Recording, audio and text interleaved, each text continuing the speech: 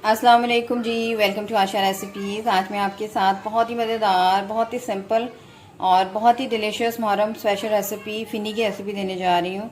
आइए देखते हैं इसे हमने कैसे रेडी किया है। देखते हैं जी। बिस्मिल्लाहिर्रहमानिर्रहीम। से 1 kg मैंने फुल फैट मिल्क लिया है और बॉयल जो है वो तकरीबन आ चुका है दूध को।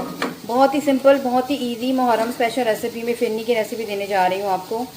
4 जाएंगी जी इसमें छोटी इलायचियाँ, ये डाल दें। चाहे तो पाउडर भी आप डाल सकते हैं।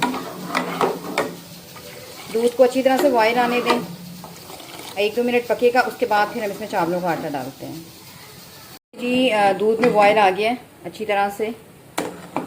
इलायचियों की खुशबू बड़ी अच्छी सी आ रही है। 1/4 कप का मैंने 1 कप लिया है और उसके हिसाब से मैं शामिल करूँगी चावलों का आटा। तकरीबन 2 टेबलस्पून बनता है ये, 2 टेबलस्पून भर के ये डाल दें। फ़ौरन इसको हिलाएं।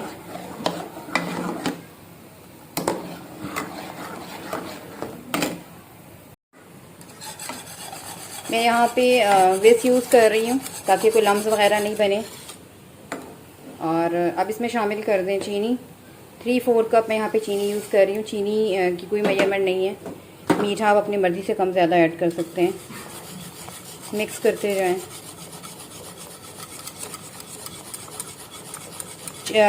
पाउडर जो है राइस पाउडर, चावलों का आटा जो है वो आप अलग से भी मिक्स करके थोड़े से दूध में या पानी में डाल के ऐड कर सकते हैं, और जिस तरह से मैंने किया उस तरह से भी कर सकते हैं।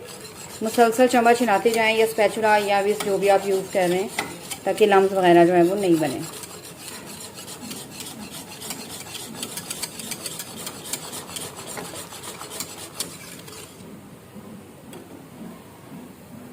जी फिरनी का टेक्सचर मुझे मुकम्मल नहीं लग रहा था, तकरीबन 1 टेबलस्पून मैं और शामिल कर रही हूँ और इसको साथ ही मिक्स करें।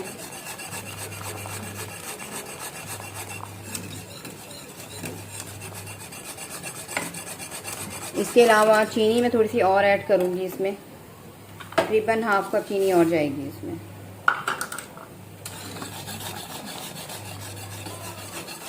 इसको पकने दें ताकि इसकी जो अपनी थिकनेस है, जो मेन इसकी थिकनेस है वो आ जाए।